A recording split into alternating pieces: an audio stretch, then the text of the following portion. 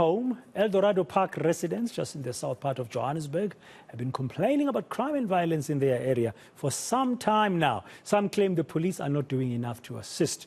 Gauteng Premier Panyaza Lesufi and some of his MECs meeting with Eldorado Park residents to listen to their grievances. My colleague, that's reporter Moloko Moloto, following that story for us, is joining us now live from Eldos. Moloko, good afternoon. Welcome to today. Thank you very much for the time. What can you tell us about the visit by the new Premier of Gauteng to Eldorado Park? And I wonder what the community and activists on the ground feel about this. Good afternoon, Braden. Yes, indeed, the community of Eldorado Park has for many years been complaining about violent crime, gangsterism. They've been saying that people here are just shot at randomly by wanton criminals. And the issue of drug abuse, it's been happening, it's been taking place for many, many years. And of course, we saw in the past the former President Jacob Zuma.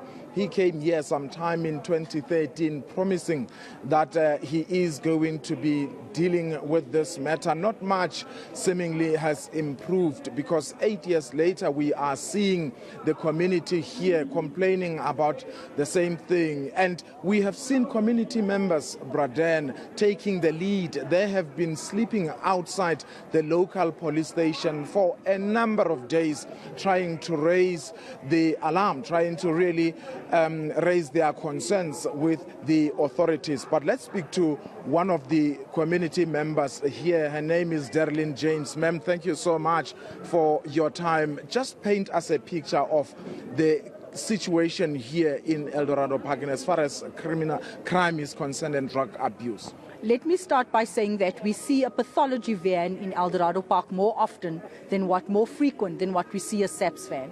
Let me say to you that our parents and our mothers are identifying their children by their hands and their feet and their clothing, because their faces has been shot away. All the victims we find several gunshots in their faces. At night they drive around and shoot randomly and terrorize us as a community. We are saying almost a decade later, since we had the president, the first citizen of this country in our community, and here we are back to square one, having to camp, a peaceful camp at the police station, because we're not going to burn down our own infrastructure. And we are saying again, we have to beg and call on government to come and respond. We're not asking for anything special. We're not asking for anything out of what they are supposed to do. We are saying come and fulfill your mandate in terms of serving and protecting this community. Not only Eldorado Park, not only Westbury, not only Annandale and Soweto. The entire South Africa is plagued by drugs and by crime, and there's no will from government to protect us. And you said earlier, as you were raising your issues there with the Premier, that the community of Eldorado Park has been living under these conditions of lawlessness. In other words, are you at a point where you are even afraid to walk in the streets, even during the day? We have a situation right now where we are too afraid to send our children to school, which is their constitutional right. When the school dismisses and the kids come out, there are gunshots going off. Kids are running. Our matriculants are being gunned down. On a weekend when you walk, there are fights in the street, children throwing each other with bricks. They think that this is the norm. Because why? We are not drugs and gangs. I want to make it very clear. We are not drugs and gangs. We are as a result of government's inability to serve and to protect this community. Yeah. Lastly, ma'am, in 2013, you personally wrote a letter to the former President Jacob Zuma at the time, really pleading for his intervention. And he came here, said that he had been touched by the tone of your letter.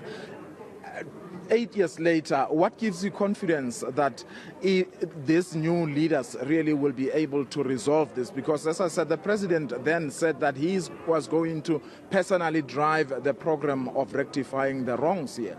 My confidence does not lie at all within the leadership, I must say that. And it's come as a result of the history of disappointing us. My confidence lies with the community activists and our community keeping this government accountable. 2024 is around the corner. That is when we will show them flames.